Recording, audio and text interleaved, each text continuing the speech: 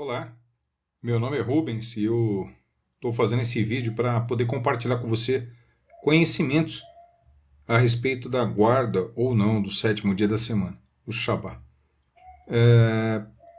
Eu quero que você entenda que meu intuito aqui é apenas trazer conhecimento. Eu pretendo não emitir opiniões, a não ser que seja pelo próprio trabalho em si, pelo que a gente está vendo no trabalho em si. Não vim aqui defender a guarda do sétimo dia, não vim aqui defender a guarda do domingo, não vim aqui defender. Eu tenho minhas próprias posições e elas são bastante claras sobre o assunto. E a minha intenção é apenas compartilhar parte do conhecimento que eu adquiri a respeito disso. Eu não defendo bandeiras, eu defendo a verdade. Então, quando eu fui atrás de toda a informação que eu vou compartilhar com vocês, eu procurei analisar tanto de um lado como do outro, sem qualquer tipo de preconceito. E eu espero que vocês ajam da mesma forma comigo. Por favor, acompanhe esse vídeo até o final e no final faça sua própria reflexão. É apenas um bate-papo. É um papo entre irmãos, vamos dizer assim. E eu espero que até o final do vídeo você se convença da minha boa intenção e da minha boa vontade para com você. Então vamos falar do descanso. O objetivo é informar, trazer reflexão, esclarecer fatos. Não é discipular ou doutrinar ninguém. Cada um ande na luz que possui. O significado. A palavra hebraica Shabá tem relação com o verbo shavá, que significa cessar, parar. Apesar de ser vista quase universalmente como descanso ou um período de descanso, uma tradução mais literal seria cessação, com a implicação de parar o trabalho. Ou seja, no que diz respeito à palavra Shabá, a raiz dela tem a ver com parar. Então não é o dia em si, mas é o parar o trabalho que está sendo feito até aquele momento. Este é a raiz da palavra. Doutrina. Para que possamos partir de algum ponto, vou usar aqui o exemplo de um texto muito conhecido do livro Grande Conflito da senhora Ellen G. White. Não que seja dela a exclusiva posição sobre o sábado, mas apenas por ser uma pessoa que se destacou sobre o assunto. Quero registrar que não discuto aqui todos os posicionamentos do livro. Destaco aqui apenas a questão sobre o sétimo dia da semana e mais nada. É óbvio que, é claro para qualquer um hoje, que a senhora Ellen G. White ela não domina a mente de todos os que guardam o sábado. Não é isso. Eu sei que não é essa a questão. Eu só estou usando ela como exemplo porque não há o que se discutir ao fato da relevância dela histórica nessa questão. É óbvio que, mesmo que hoje você não guarde o sábado, porque você tem as suas próprias convicções, talvez você nem guarde o sábado, porque talvez nem conheça a obra da senhora Ellen White, mas você tem que entender que, de alguma forma ou de outra, essa questão ela tomou a grandeza que tomou e chegou até você nos dias de hoje por posicionamentos como o dessa senhora. E é por isso que eu fiz questão de usá-la como exemplo. Eu sei que ela não é a dona da verdade, não é nada disso. Muito longe aqui estou de tentar atacar a pessoa da senhora Ellen White ou defender a pessoa da senhora Ellen White. O que eu venho aqui é trazer informação, como eu disse no começo. A apostasia. Por favor, chama toda a sua atenção para o trecho das páginas 43 e 44. Nos primeiros séculos, o verdadeiro sábado foi guardado por todos os cristãos. Eram estes ciosos da honra de Deus e, crendo que sua lei é imutável, zelosamente preservavam a santidade dos seus preceitos. A senhora Ellen White garante que, nos primeiros séculos, todos os cristãos guardavam o dia do sábado. Vamos continuar. Ela ainda diz: mas com grande argúcia, Satanás operava mediante seus agentes para efetuar seu objetivo. Para que a atenção do povo pudesse ser chamada para o domingo, foi feito deste uma festividade em honra da ressurreição de Cristo. Atos religiosos eram nele realizados. Era, porém, considerado como dia de recreio, sendo o sábado ainda observado como um dia santificado. A senhora Ellen White está dizendo que foi Satanás que fez com que os seguidores do Messias fizessem, no dia de domingo, uma celebração em honra à ressurreição dele. Era um plano que Satanás tinha para atrair as pessoas para o domingo, a fim de afastá-las do sábado. Por isso que os irmãos se reuniam no domingo, segundo a senhora Ellen White. E mesmo se reunindo no domingo, ela deixa claro que todos eles guardavam continuavam guardando o sétimo dia, todos. A fim de preparar o caminho para a obra que intentava cumprir, Satanás induzira os judeus, antes do advento de Cristo, a sobrecarregarem o sábado com as mais rigorosas imposições, tornando sua observância um fardo, agora tirando vantagem da falsa luz sob a qual ele assim fizera com que fosse considerado, lançou o desdém sobre o sábado como instituição judaica. Enquanto os cristãos geralmente continuavam a observar o domingo como festividade prazenteira, ele os levou, a fim de mostrarem seu ódio ao judaísmo, a fazer do sábado dia de jejum, de tristeza e de pesar. Então ela está dizendo aqui, sem sombra de dúvidas, que Satanás, antes da vinda do Messias, antes do Messias vir, já com a intenção de que quando o Messias viesse, quando houvesse um grupo que o seguisse, na intenção de atraí-los para o domingo, ele foi lá e fez pesar o sábado nos judeus. Então ele fez com que os judeus criassem toda aquela normatização no sábado para poder, depois que o Messias viesse, atrair os seus seguidores.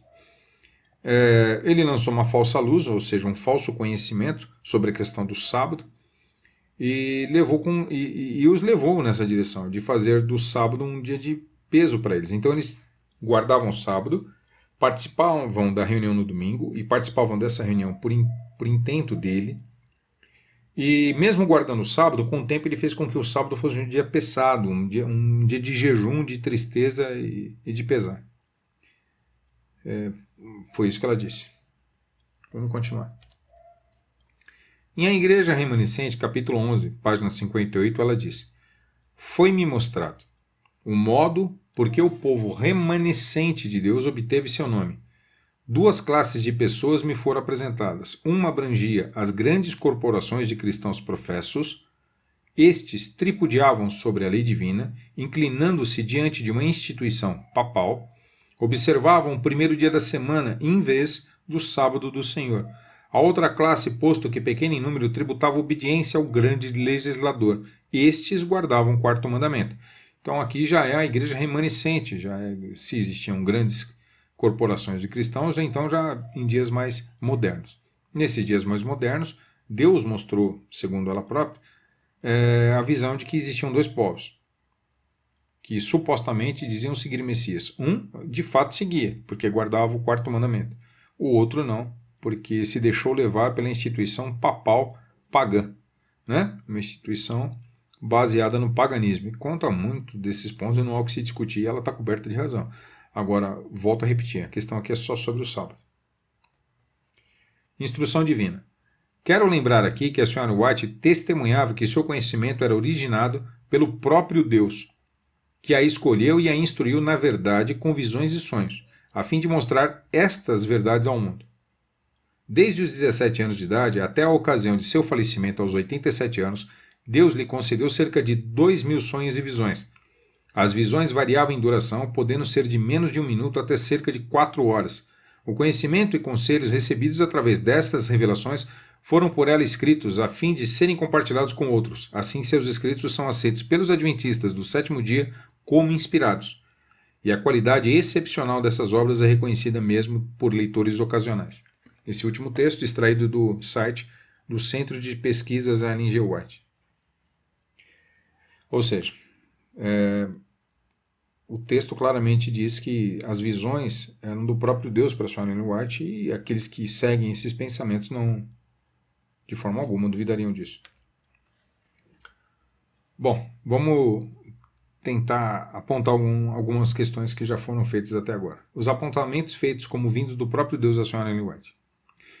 Nos primeiros séculos, todos os cristãos guardavam o sétimo dia. Esse é um ponto. Segundo ponto. Por meio de seus agentes, foi o próprio Satanás que criou a festividade no primeiro dia da semana, em honra à ressurreição do Messias. Esse é o segundo. Terceiro ponto.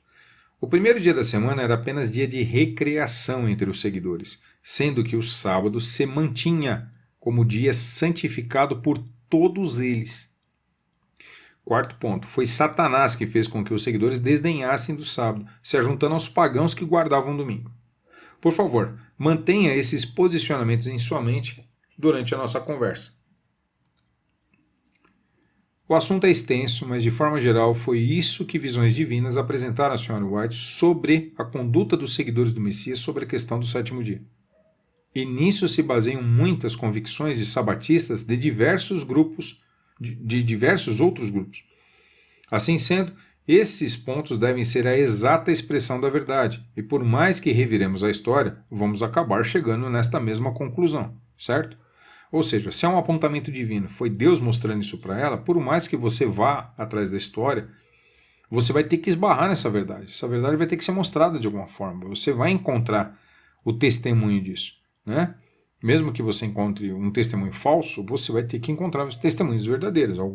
Esse é meu convite. Vamos vasculhar o que se tem a respeito desse assunto na história e vamos verificar como é que se deu isso. Viagem no tempo. Para verificar tudo isso, o que vamos fazer é, começando dos dias do próprio Constantino, regredir pelo tempo até os dias do Mestre, século a século. E assim poderemos perceber nos testemunhos que vamos encontrar se essas posições se estabelecem ou não.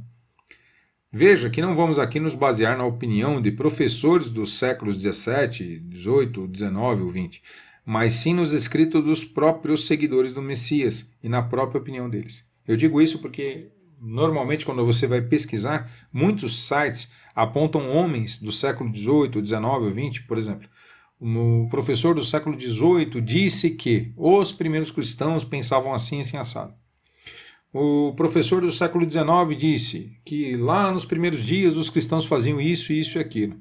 Mas não cita a fonte, não cita os irmãos falando sobre isso. E é o que eu vou fazer aqui agora. Eu vou citar para vocês a fonte. Eu quero que você ouça o que eles têm a dizer, o testemunho deles, não o meu. O que vamos encontrar nesta viagem? Os romanos descansavam no domingo antes de Constantino e assim influenciaram os seguidores do Messias a serviço de Satanás? Será que os pagãos da época em Roma influenciaram os irmãos a irem abandonando o sábado para servirem o domingo? Foi Satanás e os romanos que fizeram os seguidores deixar a guarda do sétimo dia e se reunir no primeiro dia? Todos os seguidores nos primeiros séculos guardavam o sétimo dia? O que os primeiros seguidores pensavam sobre o sétimo dia efetivamente? Os seguidores enganados pelo diabo se reuniam no primeiro dia para recreação? Os discípulos e os mestres disseram algo sobre o sétimo dia? Por favor, acompanhe até o fim e então faça sua reflexão. São apenas informações que vão ser trazidas. É a sua mente que vai digerir essas informações e eu espero que a partir delas você busque informações, busque leite racional para sua mente, alimente a sua mente com verdades e aí formule o seu posicionamento a respeito dessas coisas. Vamos começar por um importante evento na história. O ano é 321 d.C., o local é Roma. O evento é o Édito de Constantino. 7 de março de 321 d.C., Flávio Valérios Constantinos. Esse é o Édito de Constantino. Vamos ler. Que todos os juízes e todos os habitantes da cidade e todos os mercadores e artífices descansem no venerável dia do sol. Não obstante, atendam os lavradores com plena liberdade ao cultivo dos campos, visto acontecer a miúde que nenhum outro dia é tão adequado à semeadura do grão ou ao plantio da vinha, daí o não se dever deixar passar o tempo favorável concedido pelo céu. Se você não teve a oportunidade de conhecer o Édito de Constantino, é esse. Esse aí foi um marco na história que decretou em Roma o dia de domingo, o dia do sol, como um dia de descanso. Agora, vamos pensar um pouco. Se já era um costume que o domingo fosse um dia de descanso entre os pagãos romanos, por que Constantino precisou fazer uma lei para isso? Fazer uma lei para obrigar os romanos a fazer aquilo que eles já faziam? Isso faz sentido? Não. Parte do que se diz é que os pagãos romanos descansavam no domingo e que isso influenciou os seguidores do Messias, que se corromperam, passando a fazer o mesmo. Mas isso não é verdade. Os romanos não guardavam o domingo. O dia do sol não era um dia de descanso entre os irmãos do primeiro ao terceiro século. Preste atenção de novo, veja, que todos os juízes e todos os habitantes da cidade, todos os mercadores e artífices descansem no venerável dia do sol. Você leu com calma.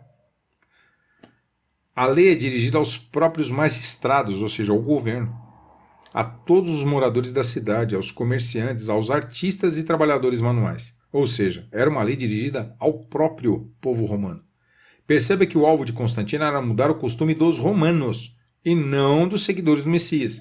Isso porque os romanos não descansavam no dia do sol até essa data.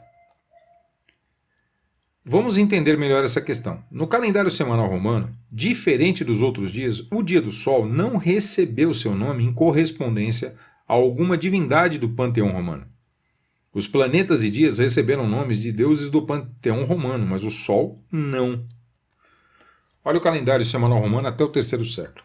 Existe uma correspondência clara entre o dia da semana, um deus e um astro no céu. O astro no céu recebeu o nome do deus. Ou seja, vamos começar lá embaixo, ó, sábado. Dias, eu não sei latim, me perdoe quem sabe. Dias Saturni. O astro Saturno, o deus Saturno. O planeta Saturno recebeu o nome de Saturno pelos romanos por causa do deus Saturno. Você entendeu? O deus tinha o nome de Saturno e foi por esse motivo, por honra a este deus, que aquele astro no céu recebeu o nome de Saturno. A mesma coisa os outros. Na nossa sexta-feira, que a gente chama de sexta, em Roma era Dies Veneris. Aliás, doença venérea vem daí. A deusa era Vênus. O astro no Sol, que foi homenageado com o nome dela, planeta Vênus. Então, o planeta Vênus passou a se chamar Vênus por causa da deusa Vênus. Agora vamos lá para o primeiro dia, no domingo, que em Roma era Dies Solis. O astro Sol. Qual deus? Qual deus tinha o nome de Sol? Você conhece algum deus Sol em Roma? Não tinha.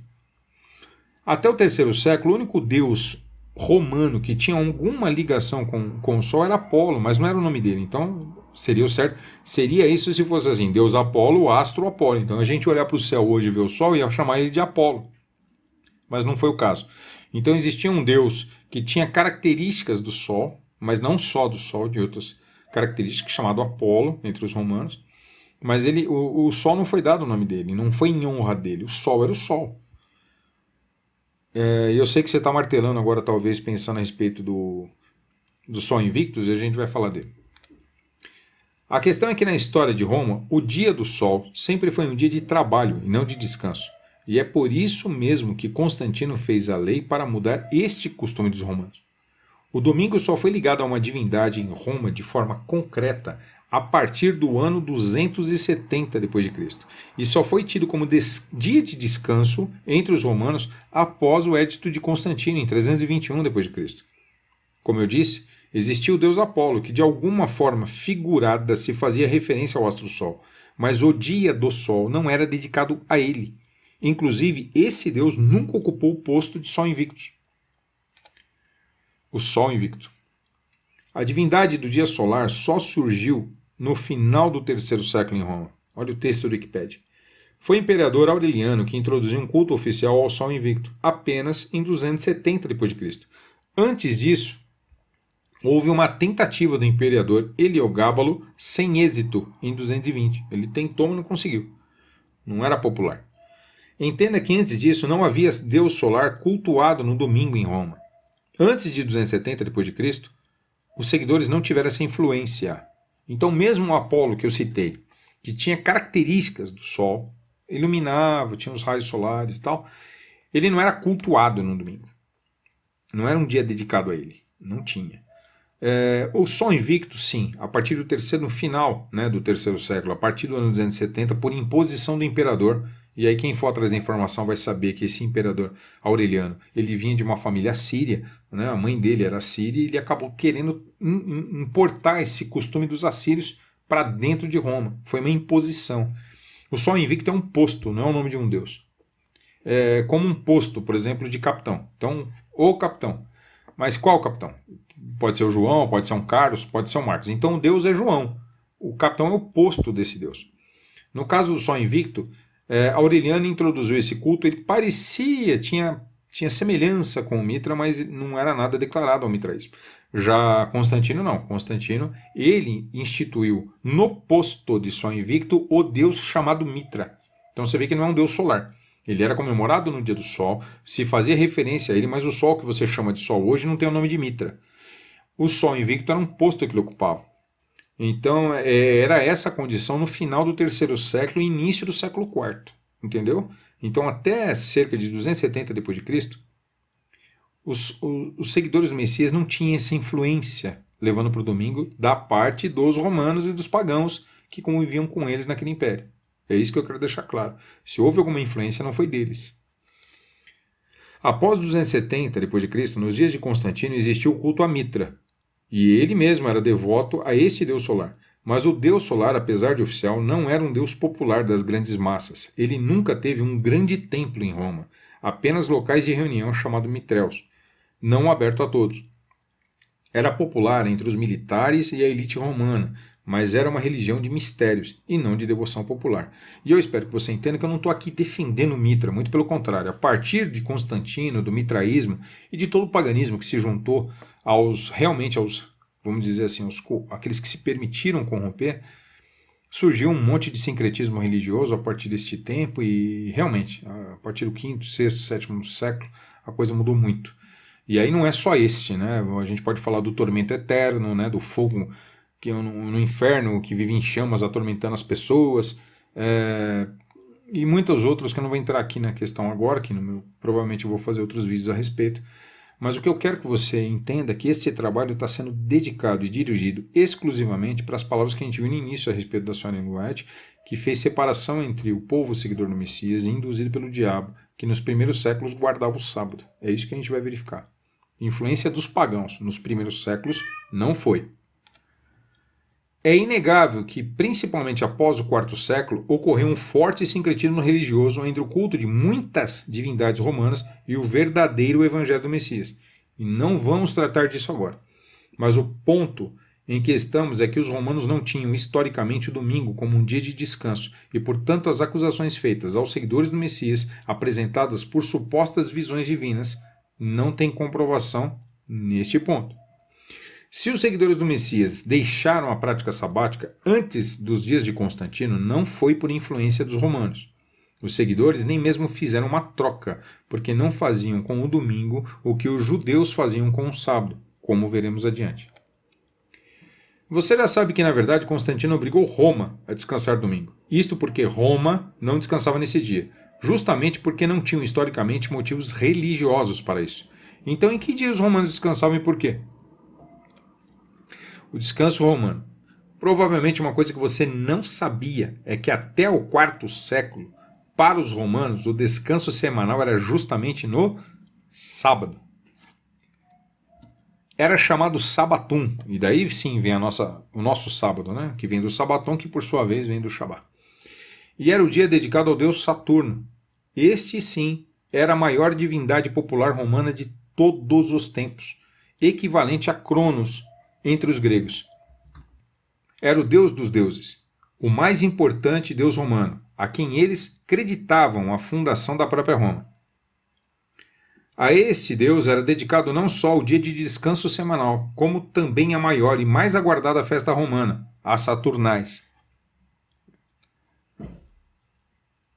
A palavra sábado, derivada do latim sabaton, que por sua vez deriva do Shabá hebraico, transliterado como Shabá, que designa o dia de descanso entre os judeus e alguns grupos de cristãos, principalmente os adventistas. Povos pagãos antigos reverenciavam seus deuses, dedicando o dia de sábado ao deus Saturno, o que originou em inglês a denominação Saturn's Day, posteriormente abreviado para Saturday, e no holandês Saterdag, com o significado de dia de Saturno.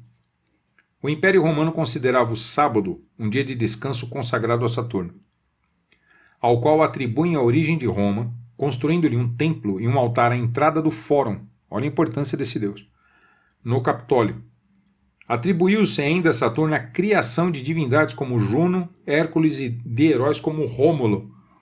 Homenageava-se Saturno com a festa das Saturnales, onde todos descansavam dos seus trabalhos. Então Rômulo, inclusive, junto com Rômulo, é os fundadores de Roma, segundo a história deles. Então você vê a importância desse deus. E aí sim, popularmente falando, se você chegasse na Roma daquela época, todo mundo tinha o dia de sábado como um dia de descanso. em reverência a esse Deus. E nada a ver com o culto judaico, não tinha nada a ver com o Deus de Abraão. Mas por influência, inclusive, isso é uma outra história, eles dedicavam o dia de sábado como um dia de descanso, e nesse caso ao deus Saturno, a quem eles atribuíam a fundação de Roma. Olha que interessante. Então, do primeiro, veja que no Império Romano, da vinda do Messias até por volta do ano 270, até o ano 300, os romanos também guardariam o mesmo dia, o sábado. Não haveria choque. Aí talvez você diga agora, por algum estudo que talvez tenha feito com alguém, que este sábado dos romanos era um dia diferente do sábado judaico. E eu vou mostrar para você com testemunho de irmãos que não era bem assim. Vamos continuar. Seguidores da verdade. Veja que o sábado também era dia de descanso para os romanos. Constantino contrariou os próprios romanos ao impor um dia de descanso diferente do usual. O dia religioso mais importante para os romanos era o sábado. Não foi o paganismo romano que influenciou os seguidores do Messias a não manter a guarda do sábado conforme o costume judaico. Ao contrário, nesse aspecto, o paganismo popular romano era até útil para manter este costume. O que podemos afirmar com isso? Até 270 d.C., Roma não tinha o primeiro dia da semana ligado a nenhuma divindade popular. Não existiu nenhum templo popular ao sol em Roma. Segundo, o primeiro dia da semana não era dia de descanso entre os romanos, e só passou a ser por determinação de Constantino em 321 d.C. Os romanos, na verdade, descansavam no sábado, como os judeus, e não no domingo. Podemos concluir que se algum seguidor do Messias, até o final do terceiro século, já não observava o Shabá, só poderia fazer isso por outras razões, e não por pressão de Constantino ou pelo paganismo romano da época. Isso porque até então os romanos descansavam no sábado, e porque até então não existia o culto a uma divindade solar dominical.